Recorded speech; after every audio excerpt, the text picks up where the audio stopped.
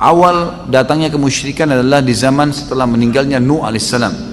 Di dalam hadis Bukhari disebutkan bahwasanya setelah generasi Nuh dan sahabat-sahabatnya mati semua, jadi kalau kita generasi tabiinnya, datanglah syaitan, kata Nabi SAW, menjelma jadi manusia, kemudian berkata kepada orang-orang pada saat itu, tidakkah kalian merindukan Nuh dan sahabat-sahabatnya? Maka kata Nabi Nuh, kata mereka, tentu saja. Kata Nabi Nuh alaihissalam, kata mereka, Nuh ya dan pengikut dan sahabat-sahabatnya, kalau kalian tidak buat patung mereka, maka kalian akan melupa nanti wajahnya. Anak-anak kalian sudah tidak kenal lagi.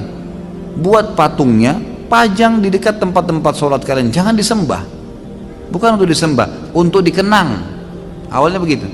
Kalau kita sekarang untuk hiasan, ya, banyak orang taruh patung itu untuk hiasan misalnya. Maka mereka pun melakukannya. Sampai ada yang mengatakan, iya ya, sebelum kami lupa wajahnya Nuh dan pengikutnya. Oke, kita buat deh, dibuat. Dibiarin sama syaitan. Satu generasi habis. Tidak ada yang sembah berhala itu. Datang generasi setelahnya, kata Nabi SAW, hadis ini hadis riwayat Bukhari, Nabi bongkarin buat kita. Kata Nabi SAW, setelah generasi ini habis, bayangkan syaitan sabarnya dalam merusakkan manusia. Habis generasi tersebut, datang generasi setelahnya, ya, maka syaitan pun datang mengatakan, dulu orang-orang tua kalian menjadikan patung-patung ini perantara dengan Allah, bukan hanya sekedar dipajang, minta melalui mereka karena mereka orang soleh, Allah akan ijabah. Itu tahapannya. Mulailah banyak generasinya begitu. Wahai Nuh, jadilah perantara buat kami dengan Allah. Wahai fulan, dipanggil-panggillah patung tersebut. Allah nggak ingin perantara ada di sini, apalagi benda mati. Beda kalau benda hidup, makhluk hidup. Tapi ini kalau enggak, kalau orang tua kita masih hidup, ada orang soleh hidup, kita bilang doakan, terjadi dalam hadis Bukhari. Para sahabat ada yang berdoa, datang kepada Nabi SAW minta didoakan. Abu Hurairah anhu pernah meminta agar ibunya didoakan oleh Nabi SAW, itu terjadi. Ada sahabat-sahabat yang minta didoain anaknya baru lahir, ada sahabat yang minta didoain agar penyakitnya sembuh. Sebagaimana wanita yang kena penyakit ayan minta disembuhkan, minta didoakan kepada Allah melalui Nabi SAW, itu boleh. Tapi Nabi masih hidup. Setelah Nabi SAW meninggal, tidak ada satupun riwayat menjelaskan para sahabat itu ada yang datang ke kuburan Nabi minta-minta, nggak pernah. Mereka tahu benar itu. Mereka mengubur Nabi SAW, ya sudah, mereka meminta kepada Allah seperti apa diajarkan oleh Nabi SAW. Itu yang mereka lakukan. Maka akhirnya generasi ini pun ya mulai menjadikan patung-patung itu perantara dengan Allah.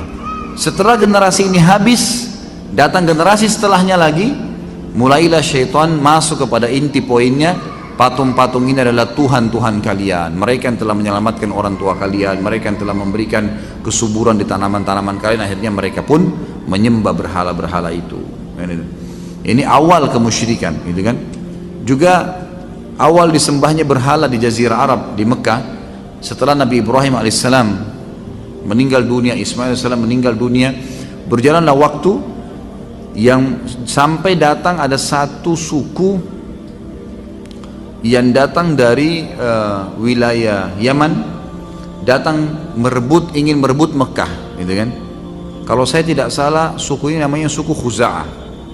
Suku Khuza'ah ini datang ingin menyerang Mekah, dan di Mekah dikuasai oleh suku Jurhum. Mereka sama-sama dari Yaman. Suku Jurhum ini suku yang dari dulu, dari zaman Hajar dan Ismail alaihissalam, mereka yang datang hijrah dari Yaman, dan dari suku Jurhum ini Nabi Ismail alaihissalam menikah, dan akhirnya muncullah suku-suku Quraisy itu dari keturunan mereka. Ringkas cerita, suku Khuza'ah berperang sampai akhirnya menang, dan suku Jurhum kalah.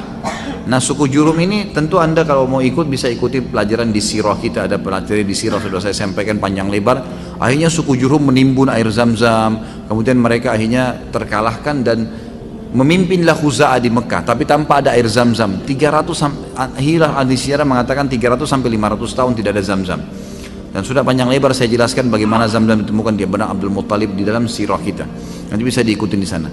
Ringkas cerita adalah pada saat ya Khuza'ah masuk, ada salah satu pemimpin Khuza'ah, bukan yang awal ya, tapi yang datang setelah itu.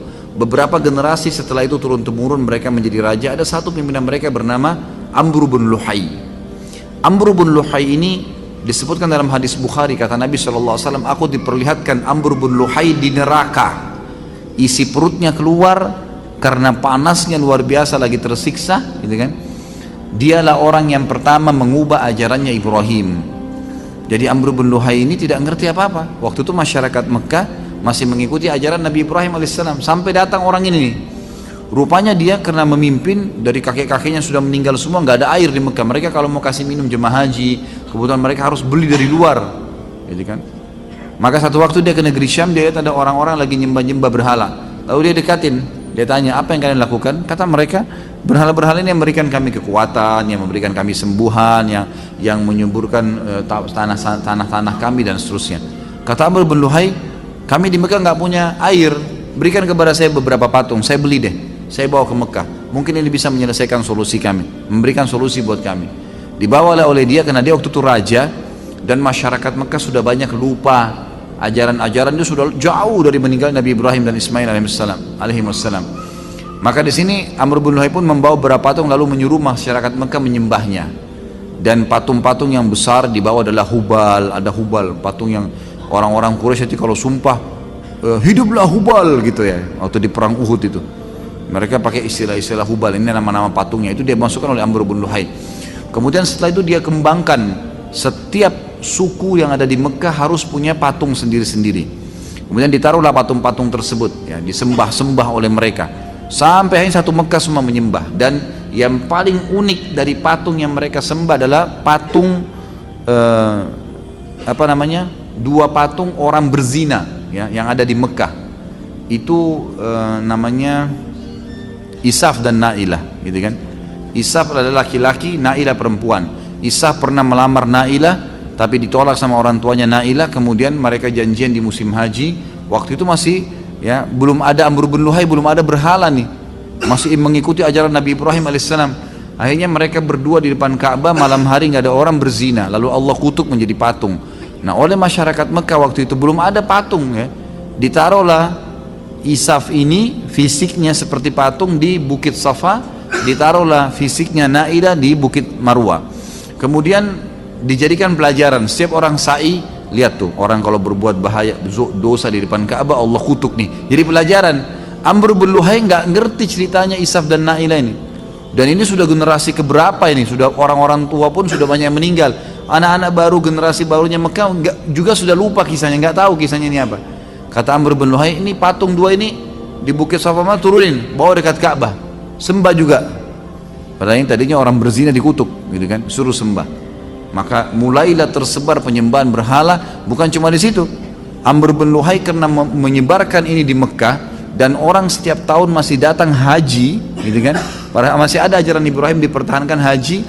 Maka akhirnya orang-orang yang datang haji pun yang tidak mengerti, beli juga berhala dari Mekah, ikut-ikutan bawa patung ke Jazirah Arab, ke rumah-rumah mereka.